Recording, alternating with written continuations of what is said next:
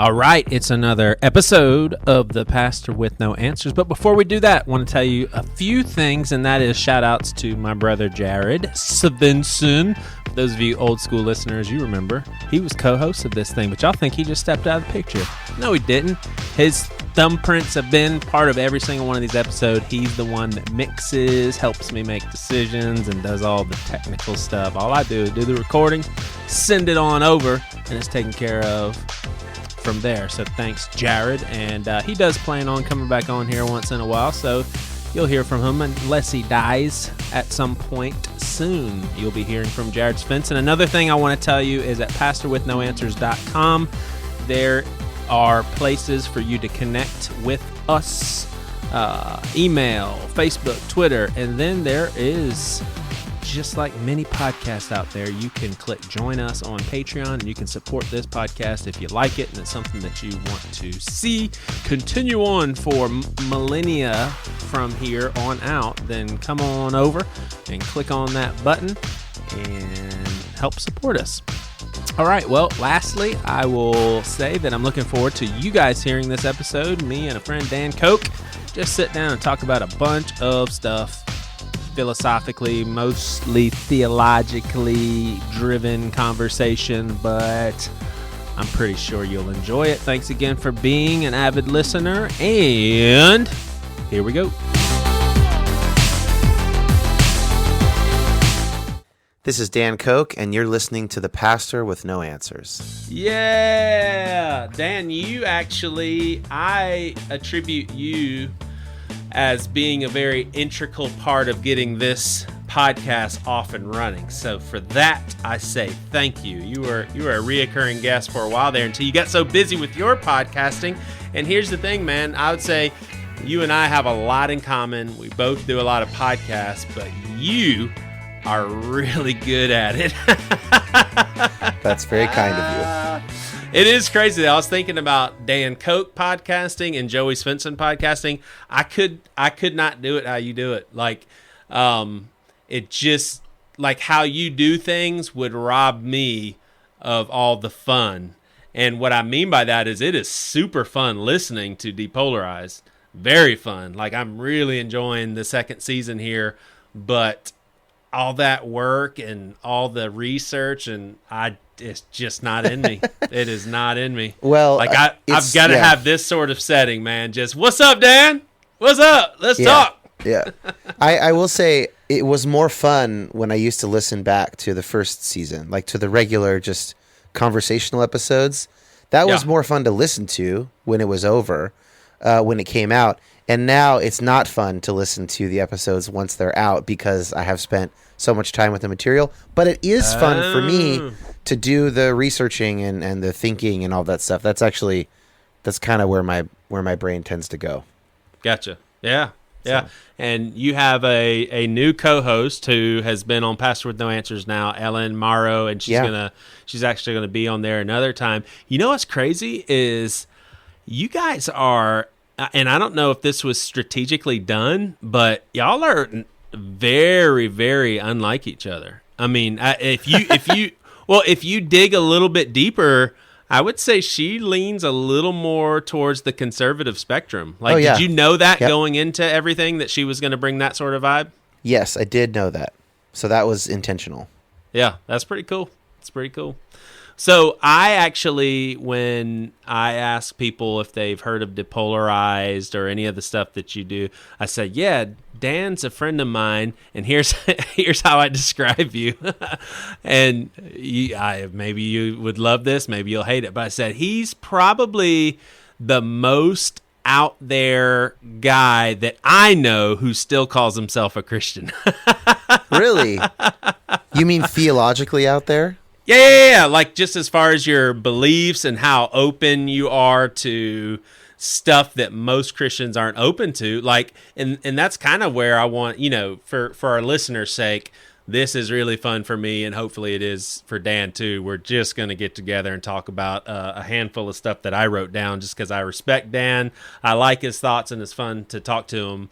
So I think that's where I want to start is, you seem to be the type of person that would just eventually progress into a yeah, I guess I just don't believe any of this. So what keeps you grounded in saying I'm Dan Koch and I'm still a Christian? And what does that even mean now? Because it definitely means something completely different than what it meant 10 years ago. So why are you still a Christian? What does that still mean? Well, can I? Okay, You can do whatever you want. Yeah, let's get to that. But what you're saying brings up this interesting set of questions, which is like, there's certainly within evangelicalism, which is I was raised evangelical, just like you. There is kind of an anti-intellectualism, and there is a fear of the academy. There's a fear of scholarship that I was certainly raised with. And so I do think that is operating in the background of your question, right? Yeah. For instance, if you had been raised Methodist in a major city, you would not say that I'm the furthest out Christian. I would certainly not be. Right. And so some of that is just there's a kind of keeping the fortress, right? Keeping the walls, right, and making sure we've got sentries operating at all times within evangelicalism to keep out bad secular ideas, and then there's the slippery slope argument against any sort of liberal position is employed basically nonstop from within the fortress. And, so I think that kind of explains, just by way of background, a little bit of what you're talking about. Yeah, it's like I was raised on Jim Bakker. What if I was raised on Richard Rohr? Right. Totally, yeah. Or you were raised on Paul Tillich, who was a liberal theologian. So, there's one of the things that is interesting to evangelicals when they start looking outside of what they were raised in is to see how much bigger the Christian world actually is. Yeah. And to see how many hundreds of millions, in fact, over 1 billion Christians there are worldwide who are not Protestant evangelicals. In fact, I think Protestant evangelicals, I'm kind of off the top of my head from the numbers, like 20% of worldwide Christians, maybe less than that. Dang. And yet I was certainly raised to believe that that's the real Christianity, and everything else is. And to some extent, I think everybody is raised to believe by whatever group they're in that their group is the real deal and other groups are wrong. I think it's a very human tendency. We want certainty, and we want to know that we're in, and the easiest way to know that we are in is to know who's out and why they're out. And there's just this really deep human desire for that kind of bedrock foundation. Right. We're talking about our identities. We're talking about the biggest decisions we make in our life, who to marry, what kind of work to do, how to raise our children. I mean, in those things, it's understandable that we want to be as certain as we possibly can. And in a pluralistic world, I don't mean as a pluralist. I mean in a world where empirically there are a plurality of views and experiences, which is just the world that we live in, especially now with the internet. It's very hard to absorb all of those things and still maintain one's identity. It's scary. Yeah. But I think that's what people at the very least should be willing to acknowledge, that there are so many varying belief systems. Let's just say within Christianity, and to recognize what the assumption means when you say my viewpoints are correct. Like that means something, and it can't be that great. For someone to say that within Christianity, my very fine-tuned theologies that I would argue with people is correct because I believe it's correct, and I was taught by Wayne Grudem, and I listened to Mark Driscoll or whoever, and so I've got the upper hand on how Christianity works. At the very least, just admit that it's somewhat of an arrogance. And I think I really understand where people are coming from, because I understand apologetics, and I understand the fact that is the point of it, is to build a firm foundation so you can basically fight against opposition and heresy and recognize it for what it is and go on with your life. There's kind of two ways that you could look at apologetics. One way to look at it is to say apologetics proves to rational people that Christianity is true. Yeah. That's kind of how I was raised. Yeah. I think that's wrong. But here's another way of looking at apologetics. Apologetics shows that Christianity is a rational position. Well, in that case, I think apologetics totally succeeds. I think Christianity is a supremely rational position to hold. There's a huge gulf between this is rational, this is a reasonable and cohesive worldview that someone could hold, and anyone who looks at the evidence would obviously become a Christian if they were just honest about it. Those are really, really different claims, right? And so that's maybe the difference of what we're talking about. So let's get to your question. Why am I still a Christian? I mean, well, first of all, I think it's a reasonable thing to hold that, and if I could say what I mean by Christianity in that sense, I guess I would say something like it is reasonable to believe that the creator of the universe loves human beings, has a relational interaction with human beings. I think that's reasonable because I think that most human beings have a sense of that. It's also obviously true that Jesus of Nazareth lived, that he was crucified, and that a lot of his followers experienced him as risen and resurrected afterward. That's undeniable historical fact. And ooh, that's mighty bold claims there, Mr. Koch. No, that's not bold. I almost nobody disagrees on that. So disagrees on what? The fact that some human beings claim to have interacted with the resurrected Savior, or that they did? No, that they believed that they encountered the resurrected Christ, and that started the world's biggest religion. I mean, that's undeniable. Yeah. And sort of the way that the Christian worldview, the way that belief in that historical event shaped thinkers over the last 2,000 years, and the way that it caused them to think about the soul and the physical world and virtue and all that stuff. I just find that worldview really attractive. It explains a lot of things about my life and my experience. And but the main reason that I'm still a believer, I think, is that I think I've experienced God. I think I've experienced God as loving creator, relational, some kind of a being that is available to me if I shut up for a minute. And when I think about the character of that experience, it's if I think that whoever created the universe is willing to love me and be in communication with me, since I clearly don't deserve that on any sort of level that God would, in the sense that I don't deserve God's love just for having been born. Yeah. Then I think, well, that looks a lot like Christianity. I mean, it looks a lot like the self-sacrificial love of Christ in life and on the cross. It looks like the incarnation, and it looks like the crucifixion. So that's kind of, I mean, that's a really short answer as to why I'm still a Christian. And quite frankly, the other options are not that appealing to me currently. I doubt. I have days where it certainly feels more like this is all just a bunch of nonsense. It's all a bunch of evolutionary, byproduct, and we're just kidding ourselves, and there's no order to any of this. Yeah. That's what my faith comes up against. My faith in God rubs up against doubts like that about the suffering of the world, about billions of years of animal suffering. These are the things that my faith rubs up against, but ultimately I still have to choose to stay in this camp and to follow Jesus, or I can give that up for something else. And I certainly am nowhere near finding the other options better. Neither more likely, nor would they turn me into the kind of person that I want to become. Yeah, for sure.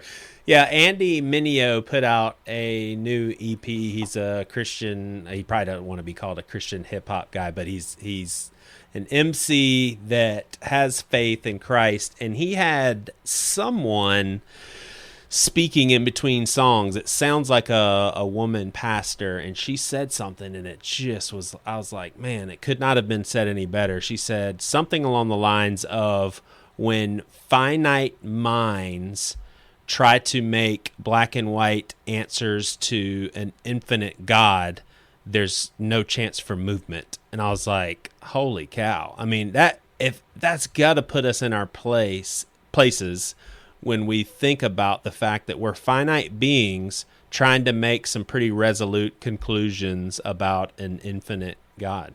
And I was just telling someone today that, I am now resting in the fact that I will very likely go to my grave seeking the deeper things of God and probably having more questions than answers. And that's where experience really comes into play for me, because I do feel like I've experienced God. I do believe in Jesus. I do believe that he loves me.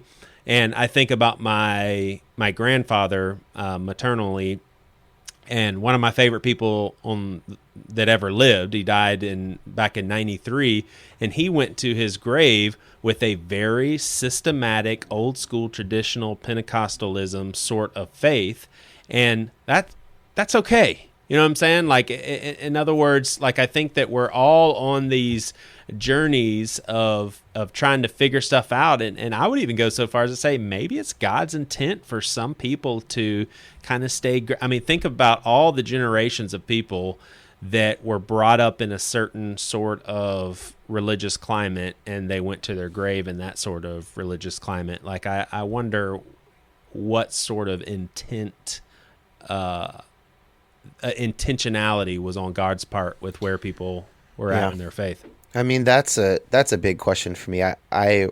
What I mean is something I think about more than almost anything else is just the unimaginable variety of experience that human beings have had on the earth. Yeah. And so one of the things that I have to conclude from just the facts is that God is okay with that. Yeah. God cosigns on just an incredible variety. God is clearly okay with some people being raised in a Hindu family in 45 AD and dying at 20. Yeah. Because that happened a million times, right? I mean, so he's okay with that. And I don't know. Maybe I'm not explaining why that is so crazy to me. Does that make sense? No, it does. It does. Yeah. And I mean, here's a really weird way of looking at it. Like, what if with God's omniscience, like, it seems like if he could say, all right, I think that Hinduism is going to explode in a huge religion in which everyone that believes in this and they don't put their faith in Jesus will go to hell forever. And I'm speaking from a traditionalist point of view. So wouldn't the logical decision for God be to send another flood and just wipe them all out so that they don't mass produce into a bunch of Hindus that go to hell? Like, if it was that simple, it seems like God would have some very simple acts to lovingly steer us in the right direction. But I think that's loosely related to what you're saying as far as God being okay with the diversity that's here. Yeah, I mean, that's touching on all kinds of questions of biblical interpretation and whatnot. Right, exactly. Yeah, exactly. I mean, after the flood, God says, "I'll never do that again." Certainly not flood the whole earth, right? Right. But he could still send pestilence, right? I mean, like I was just, this might be a non sequitur, but I was just at this museum in Seattle. It's called the Nordic Heritage Museum, and it focuses on like the Nordic countries, Sweden, Norway, etc. My wife and I are both Norwegian, and it just this little piece of print. Halfway down this whole wall of historical information, 40 to 60% of Nordic people were killed by the Black Plague. Gosh. Just a single sentence said that, and I thought, wow. 40 to 60%. I mean, you talk about the AIDS crisis in the 80s and 90s, and televangelists getting on TV and saying this is God's punishment for whatever. I mean, can you imagine what Jerry Falwell Jr. would say if 40 to 60% of America died in a 15-year period? That's insane. I mean, just to think. So whatever we think is going on now, like that happened. That happened in life, in the world. God allowed that to happen. Yeah. That is and of course that's not most people's lives, was not to die from the Black Plague, not most people over all time, but it's just a crazy big world.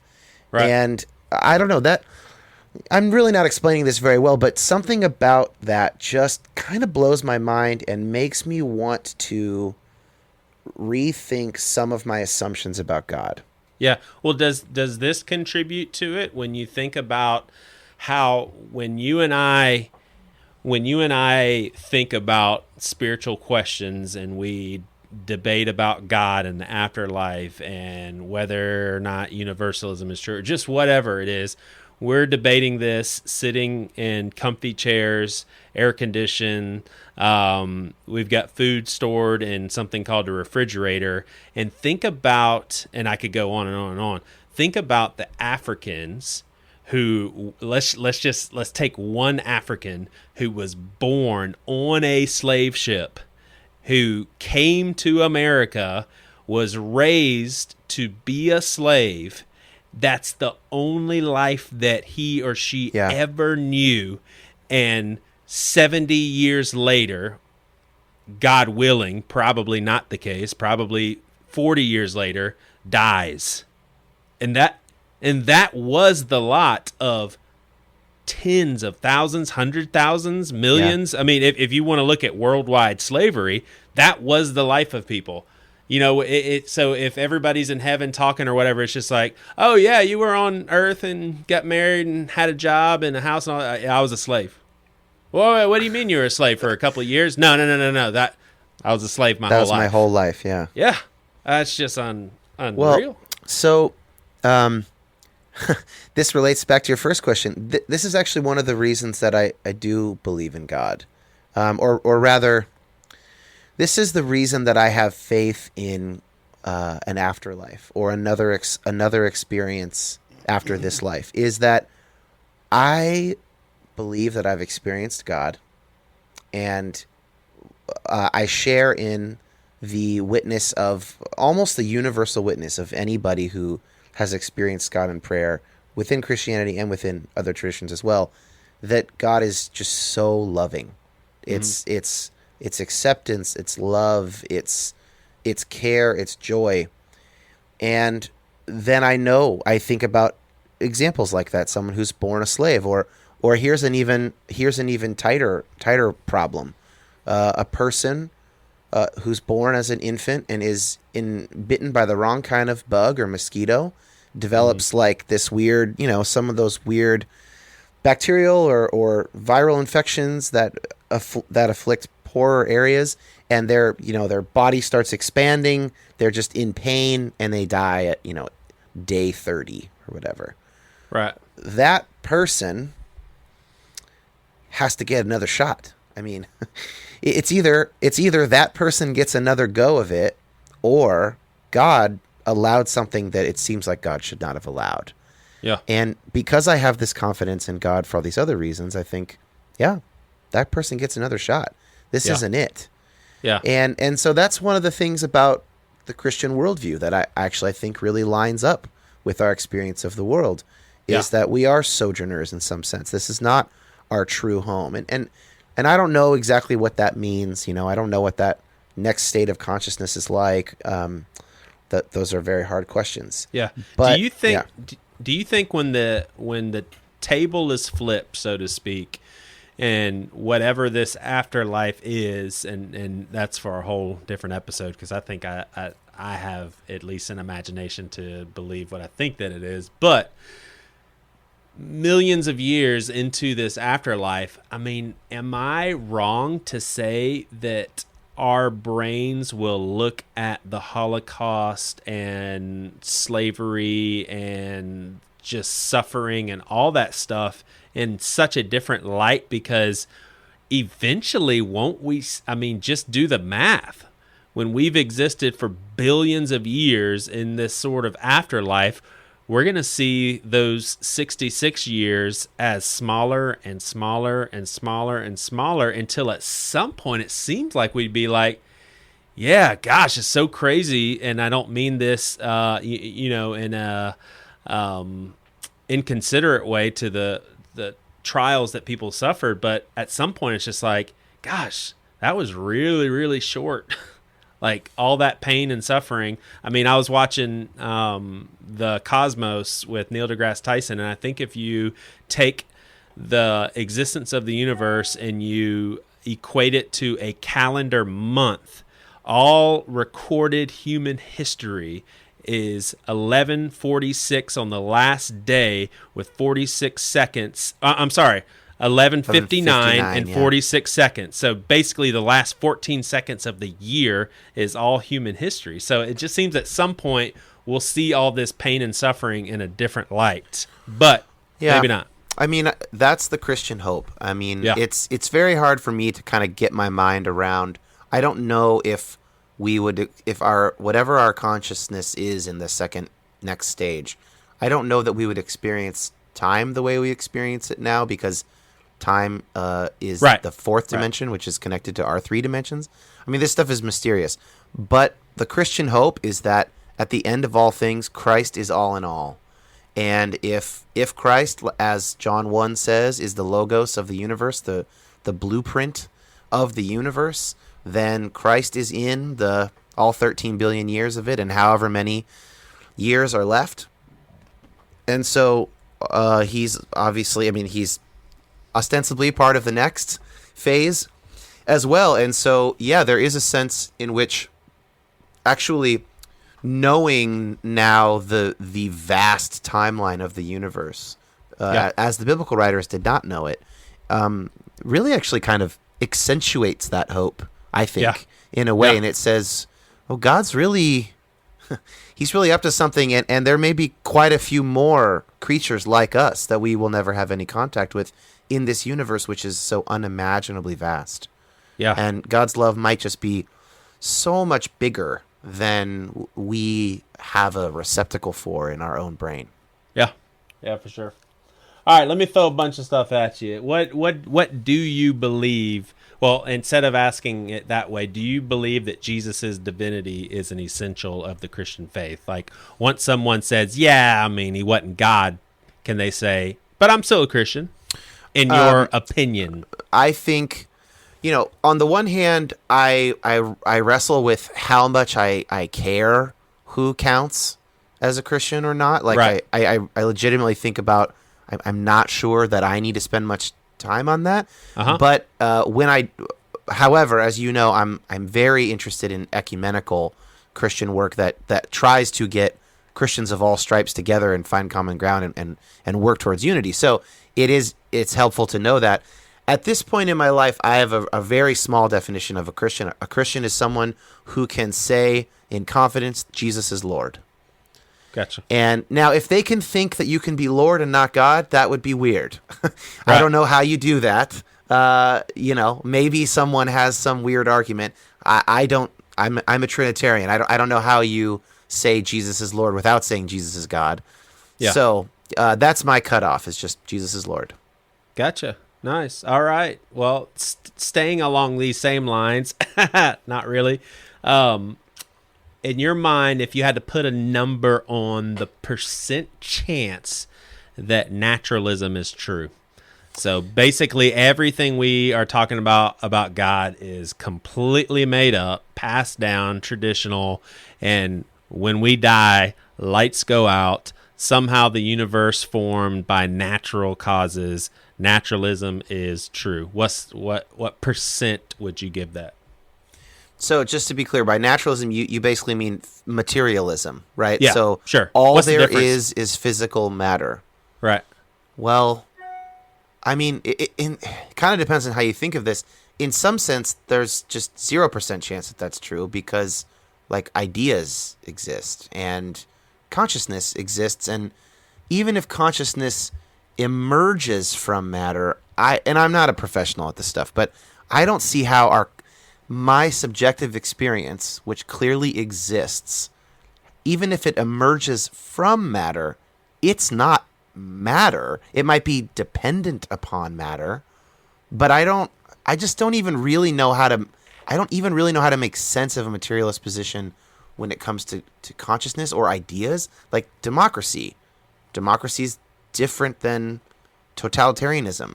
Neither of those things are physical.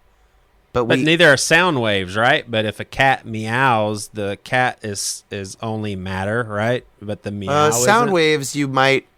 I don't know. Yeah, I'm not sure about the sound waves thing, but like we could math. I mean, numbers, right? Like, Yeah. I mean, math is, I don't know. Numbers seem to exist. They certainly correlate to things in a way as if they exist. Again, I mean, I wouldn't. Don't take me as gospel on this. So I suppose there's some kind of. However, I will now. Let's get real far left field, and I'm not saying I agree with this. Okay, well, the chance that that's true, currently in my life, I'd put it pretty low. I don't know, 5% chance that naturalism is true. If it's true, it's sort of true in a way that we can't really describe. Like, because we can't, where does the universe come from? It just is. I mean, that's not really a satisfying answer. It must, if naturalism is true, put it this way. If naturalism is true, then there's no way for me to really think about it. I just have to take it on faith. And I'd rather take something else on faith if I'm going to do that. But now let's get far left field. So there is a view, I believe, that there are Christian naturalists, and they want to say something like the physical or the universe is all there is, but that is God's plan, and maybe the universe would contract and expand again, and in that sense it's infinite. And so it'd be worth it for us to think about it like I die and then that's it, but that's not actually the case because God sort of will continue this cycle. I mean, that's interesting. That's pretty far out there. I haven't spent a lot of time thinking about that. Yeah. I suppose, like, I'm sure if I talked with someone for an hour who was a Christian naturalist, I would find that interesting. Yeah. I don't really have a opinion about it. Word up. All right. How about sexuality in regards to polygamy and open marriages and all that? Do you think there's a chance that we get to heaven and God's like, yeah, it was pretty cool how you guys did monogamy, and it was probably best for your civilization, but that wasn't any sort of morality that you guys were keeping up with? I mean, that wasn't the intention of sexuality. I find that very unlikely. I haven't spent a lot of time thinking about like polyamory.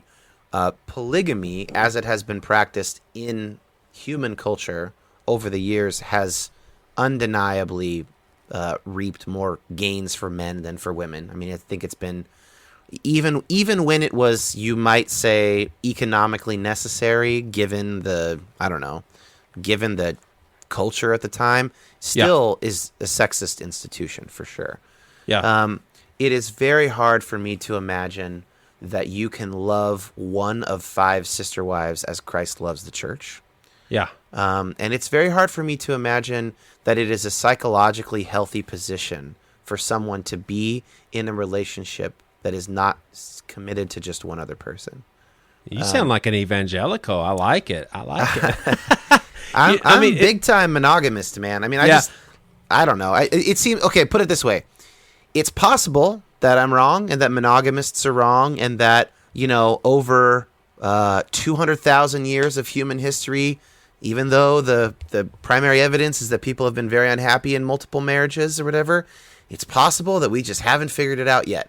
I think that's unlikely. I think it's far more likely that we are sort of cycling up into more and more possible ways that we could be causing injustice in the world, and like sexual injustice of multiple partners seems like the next step. Yeah. And that's wrong. I mean, that seems way more likely to be wrong to me. Yeah. Yeah, for sure.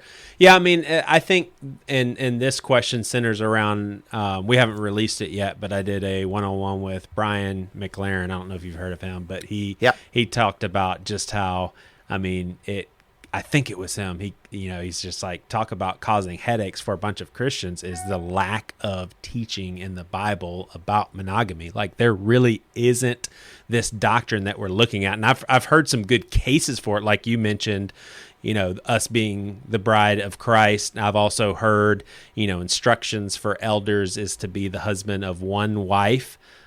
and then we're supposed to model our lives after the elders, and it's just like all of these long shots. There's really nothing that, and we had a bad Christian listener write me, and he said, don't you guys realize that adultery and sexual sin has to do with impeding upon marital relationships? So if you're married, then you can't lust after other women. If you are not married and you're lusting after a married woman, then that is a sin. But basically, everything else is just natural sexual desires and all that. Now, obviously, that excludes rape and anything that infringes on someone's personal choices, personal free will. But he basically had a Christian perspective on sex as far as, there's really not a whole lot of limitations on it, which if that's true, I'll never get there just because of how I've been cultured. But I tend to be when you more say you're talking about the listener, not Brian McLaren at this point. The listener. Yeah. I shifted gears there. So I'm more with you. It just, I don't know. It seems like this is maybe God's will, but we've had I think it was Brandon Robertson. He is a bisexual pastor. Just had so many good points, and near the end of the episode, he said, "I'll be honest with you." He said, "I am trying to remain open-minded towards some Christians that are seeing open marriages or polygamy or something like that as a potential lifestyle." And for him, he's like, I've got to keep an open mind because I want people to be open-minded of my bisexuality. I'm like, gosh, once we start crossing the line of multiple partners and saying that that's God's will too, I'm just not there. To me, I could be wrong, but it feels more like that feels more like a cultural position that he feels like he's been put in because of the identification of all sexual minorities as a monolithic group, which I think has been for political purposes. It has been very politically expedient to do LGBTQIA plus whatever. There has been it's like the moral majority galvanizing evangelicals around abortion and homosexuality is effective. It's politically effective. It gets laws passed. Is it Christ? I don't think so. Yep. And what is the difference between a lesbian or gay man and a transgender person? I mean, I think vast difference. I think those are actually two almost entirely different questions. They might share some critique of dominant culture being kind of, I don't know, it's about power and it's about enculturation of sexual norms. Okay, they have that in common. But other than that, there's very, very little in common. And those seem like cases that ought to be treated totally differently. Or take asexuality. I mean, asexuality is like downright biblical.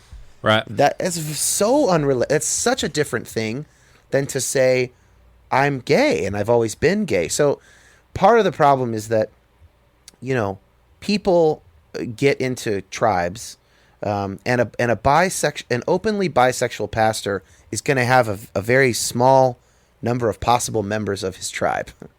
Yeah. It just is, like, numerically, and they're going to have certain other beliefs. And I mean, I'm sure if I met this guy and had a beer with him, we would have a great conversation. I just think it's probably more likely that he feels that pressure sort of socially and politically than that really. I don't know. That's my two cents. Yeah. I'm pretty theologically liberal, but I'm really big into monogamy. I don't see how. Here's another way of looking at it, Joey. The listener you mentioned, it sounds to me like this argument that he made is a very legalistic argument. He said, look, here's the straight up text of Jesus on divorce and on adultery and sexual immorality. Technically, it says if she's married or if you're married. And technically, it doesn't say anything about not being married. Okay. If we want to play Bible legalism and we think that we're going to end up at, free sex for single people or whatever, I just think that's honestly that's an argument against legalism. It's an argument against proof texting as the main way we come up with our views. I think the biblical sexual ethic is far more interesting and holistic than that. And it is something like this. In the past, you have had sex be related to power Men were allowed to divorce their wives very easily. Women were not allowed to divorce their husbands very easily. I'm calling you to a higher standard. Sex is not just about the outward action; it's about the heart. And then we have Paul saying, the harvest is plentiful and the workers are few. It might be better for you to not be married. There's nothing in the Bible that says, well, what you really need to be psychologically healthy is a lot of sex. That is a view of certain psychologists and psychoanalysts. It's not a biblical view. It might be correct, just like any view might be correct. It's certainly not a Christian view. And if we want to take now, I think that you have a much easier time applying this to homosexual monogamy, for instance, than polyamory, because, well, I should be clear, right? It's about intentionality. It's about selfless love for your partner. And so with my understanding of sex being something like that, I can't imagine getting to polyamory and having my worldview intact. Yeah. Personally. Yeah. Yeah. I'll be theological police, by the way. That was Jesus that said the harvest is plentiful, just for your FYI. Sorry. FYI. That's good.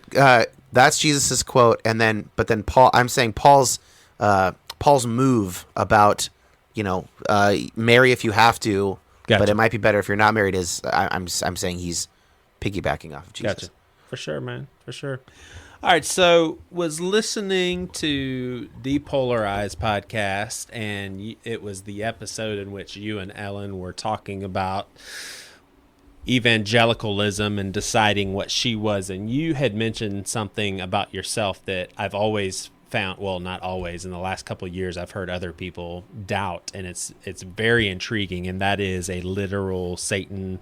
And I would imagine that includes literal demons and that sort of thing. So what kind of a two-part question. The purpose of that episode you guys were doing was not to divulge into spiritual warfare and all that stuff. Which is why I just tossed it off and we kept going. Exactly. Yeah. So I would love to hear your snapshot approach to that, and then how do you deal with Jesus's casting out demons and talking a lot about Satan and all of that?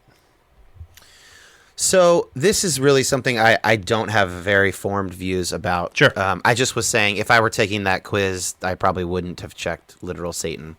But not that I am like confident that there's no Satan. I basically do believe in demons. So let me. This is a complicated issue. So. And you have full permission not to have systematic approach. Yeah. No, I just to try and even explain where I'm at with it is complicated. So I do believe that there are forces in the world that are evil, and those forces are not constituted of simply the evil choices or evil desires of human beings. So this would be one way we could define evil forces. What I mean by that is a mob mentality, for instance, right? So you get into a mob and people start whipping each other up, and somebody grabs someone, they start beating him, and this has been documented, right? Like people fall into that. That's an evil force. It's not simply the intentions of a handful of people all combined equal this guy being beat up. Or let's take, for instance, the spirit of fear and a desire for nationalistic triumphalism in Germany in the late 20s, early 30s. That is a force. And that force had real consequences. It got Hitler elected. It got Hitler supported by enough people for him to do what he wanted with Germany. That force is not simply all the added up decisions of a bunch of people. There's like a thing sweeping through. And I also think that there's something so dark about some of the sin patterns that we inherit from our families. I mean, there's physical abuse, there's alcoholism, or propensity for alcoholism, there's anger issues that people have.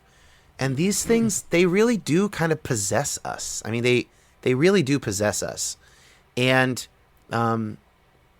that they can be cured over time through therapy and journaling and relationships, or God can miraculously remove them immediately. And I have had many friends who have been cured of alcoholism like that when they became a Christian, for instance. And so I don't, in a sense, I don't really care if those demonic forces have personalities. They always tend to do the same thing, which is destroy. They always work against love. They always work with pride, or unhealth of some kind, and they're always destructive forces. So I don't, but obviously at the same time, some of the stuff that is described in the Gospels looks like epilepsy. It looks like medical conditions. I believe that if Jesus was God, he could certainly remove people's demons, their demonic forces that are a hold of them. He could also remove their physical ailments, and I wouldn't expect the writer of a text in 70 AD to be able to tell the difference between those two. And so I'm not going to hold him responsible for giving me correct terminology about what those things were. I'll just end with saying I think that the world is mysterious.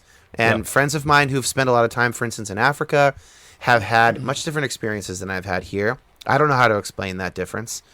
Greg Boyd is a preacher and a teacher that I have a lot of respect for, and he's adamant about this. He is adamant that he has experienced and seen demonic forces in people in the real world that are not explainable by their physicality. I mean, there's also the thing though that women, moms can lift cars when their kids are under them, So right. I don't know. But I'm open to it. Just literal Satan to me feels a bit more like Dante's Inferno than it does the Bible. I mean, we have the accuser in Job, sort of the prosecutor. The Satan in the Old Testament doesn't appear to be the same as Satan in the New Testament. The devil, tempts Jesus. That sure reads like a parable, like a story. So I don't know. I mean, I would say if you think Satan's real, great. I don't have a problem with it. If you could not possibly believe in Satan, there's still room for you in Christianity. That's basically all I want to say. I don't actually have a strong view. For sure. Now, as far as before we wrap up this evil, and then I'm going to ask you a bunch of questions about Depolarized, and then we'll be done. But as far as evil, do you think that an atheist can have a case against, and we'll just go for the lowest hanging fruit, rape? Can an atheist make a case against rape without a belief in God? Yeah, atheists can certainly have moral arguments. And I know, and I know that sounds so ignorant and stupid and shallow. No, I get it. Yeah. But the basis of the question for our listeners is, who decides what's right and wrong if we're a pile of molecules? So, okay, there are two ways to think of this. One is, was Dostoevsky right when he put in the mouths of one of his characters, without God, all things are possible, all things are permissible? That's one question. Now, I actually think that he's right about that. I think that if there's no God, and what I mean by God is very loose. So I maybe take a Hindu conception of God, whatever, a Buddhist conception of God. If you don't have something like that, I do think at the end of the day, there's no real morality. Now, I also need to say that atheist ethicists would disagree with me on that. So they would say, no, we have a lot of arguments for ethics, and these arguments work because they're good arguments. We don't need God for them. They are the kind of thing that people can rationally grasp very quickly. You think about utilitarianism. Greatest good for greatest number of people has a kind of an on the surface of it obviousness that people seem to find compelling. Yeah. And an atheist ethicist could say, look, I don't need God. I can just look, people are convinced by this. It's obviously true. And our lives are obviously better if we do this. This is a sort of some kind of a law of the universe. I'm not a philosopher, so I'm sure there's a much more robust discussion of that kind of disagreement that I just am not privy to. But yeah, certainly they can make arguments. There's another question of if, whether or not I agree with those arguments or with the basis of those arguments. Yeah, cool. Awesome. All right, well, let's talk Depolarized. The second season you are studying just, or at least from what I've heard, and I'm still early on, talked to a lot of the voters, evangelicals that voted for Trump, white evangelicals that did not. Now, I think I haven't listened to them yet, but I think you talked to some African Americans and yeah, we did some Christian voters of color, and then we haven't aired them yet, but we have non-evangelical Christians as well. Gotcha. So my question to you is, I think you and I definitely became friends before Trump was elected, and I saw your fervor of keeping Trump out of office and basically like, man, we got to stop this from happening. Did you have to make kind of a conscious transition to do this podcast, Depolarize, to like not hate people? Like what did you know what I'm saying? Like, did you have to get out of any sort of bitterness when it came to thinking of all of these Christians that put Trump into office, or did you already kind of have that balanced perspective? Because I do feel like what you're doing is a really good thing by bringing people together and trying to understand one another. Was that something that you had to acquire post-Trump presidency? It is something I am still acquiring, I think. Gotcha. I'm really still working on it, and depending on the news cycle, I have more or less patience, or depending on my mood. But I think I would say that I came to the conviction fairly quickly in working on the show that it is unfair to label people by one or two of their actions. Yeah. So especially when they're voting in what most people seem to be a binary presidential election for one of two candidates, you can tell something about them by that, but not much. Yeah. And so you really have to dig deeper to understand their motivations for various things. So I do sometimes feel completely overwhelmed by the gulf that separates me, for instance, from many white evangelical Trump supporters. We disagree on so many things that it is hard to know where to begin. But no, I think I've had that conviction pretty much from the beginning that doesn't mean it's work that's not worth doing. It's just really hard work. And I honestly am not that good at it. I mean, the show forces me to do it.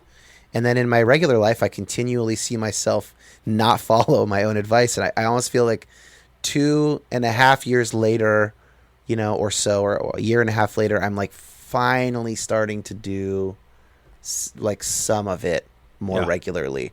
And it's like crazy how long it's taken me to learn a couple of the most basic lessons that I constantly teach others. Yeah, for sure. And you kind of answered some more of my questions, but I'll still ask this: like, what has been some false assumptions that you learned were false as you interviewed Trump voters? So false assumptions about them that you learned were false on your part as you did the podcast. That's a good question. One thing that jumps to mind is, and this will be on next week's episode, so Monday the 21st of May, I really thought that they were gullible. They were gullible about Trump's faith. Trump's a baby Christian, he's got God's anointing on him. And that was kind of the thing I was most worried about, with having come from that community, and just felt embarrassed about that. Like obviously he's not. Kind of like 2 Corinthians, he's so clearly pandering to Christians for their vote. It was my perspective. And in interviewing the voters that I interviewed, I found that they didn't really think he was a Christian. They thought, well, maybe, and that would be great, but that's not why I voted for him. That was essentially if I could compile it down, a lot of them said he's totally not a Christian, and neither was Obama, or whatever. So there was a range, but really the people we talked to were not gullible about that fact. Now, there's still some complicated group psychology going on with, Dobson and Falwell and Franklin Graham coming out and saying these things, and I think it had some impact. But I was kind of pleasantly surprised that it's not really so much that they're gullible. Yeah.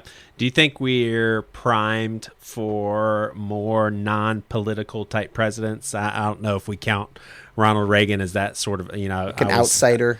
Yeah, I was super young when he got elected, but he still was brought up in a political system, governor of California, and all of that. Do you think we're primed for more Donald Trumps like George Clooney or Oprah Winfrey?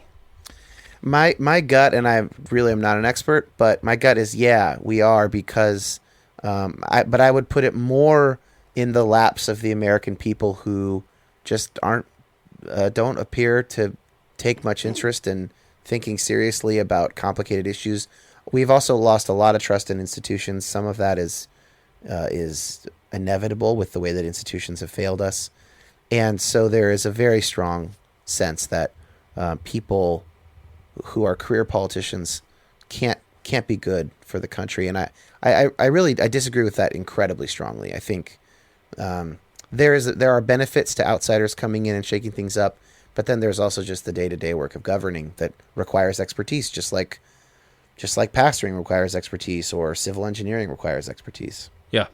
All right, wrap this thing up by giving you a little bit of free advertisement. Well, actually, something just popped in my head before I'm going to ask you this. I want to ask you about dankoch.net and who buys your music and what you've been very generous to this podcast and letting us borrow and use your music. But before we do that, what is the latest with Reconstruct podcast? No news. No news as of now. Nope. So, well, I'll tell our listeners to go check out. Do you separate that into seasons as well? Yeah, the first season is 15 episodes, and it's all still up, and it's a nice wide range of topics and everything. Yeah, for sure. Cool. All right, dankoch.net. You apparently are pretty successful with the music you create and sell. Like, who are the main people that buy your stuff? Like, is it movies or commercials? Yeah, it's mostly commercials. So I'm a commercial composer, which means I write music that is written with sort of advertising and film and TV in mind. And for my work, especially advertising. So it's just kind of a way of writing songs that works well in that world. And I mostly work with a company called Marmoset Music out of Portland, Oregon. And then I also do some direct work through clients, which is why I have that website. And yeah, it's funny. I eventually I'll do this again on Depolarized, but we have a Patreon, and I ask people to support the Patreon because the show actually costs more money than Patreon brings in. Yeah. And but really, like, if people really want to support me, they could tell their friends at ad agencies to license my songs. Yeah. Because that's actually a more effective. It's more money more quickly. Because it's my day job. Yeah. But yeah, and I got into that because of Sherwood. I learned how to record music and how to produce songs, and I was interested in it, and so I just kind of got into it that way. So I'm super interested. I listen to a lot of different bands, and some of them, I'm pretty sure that if I asked 100 people in my sphere of living, hey, have you ever heard of such and such band? Maybe one person would say yes, and yet I've heard one of their songs on a Reese's Peanut Butter Cup commercial. How did they make that connection? Like, how does that work? Yeah. How do you get your name in the game and get your stuff out there? Is it through a business like you just named that you work for? Do they try to put those two together? Yeah, they work with sort of regular recording artists as well. And then if people sign what's called publishing deals with big publishing houses, then they're incentivized to go get them in commercials to pay back the advances that they've had to pay the band. There's a lot of ways it can happen. You could have just a person at an ad agency likes that band and it is working on the Reese's campaign and says, I think this song would be great. Reaching out directly to them, they agree on a price, and they get it. Yeah, gotcha. Cool. Well, I can't imagine your listeners are all that interested in this. Well, too bad. Thanks for having me, Joey. Yeah, man. Appreciate it. It was fun indeed.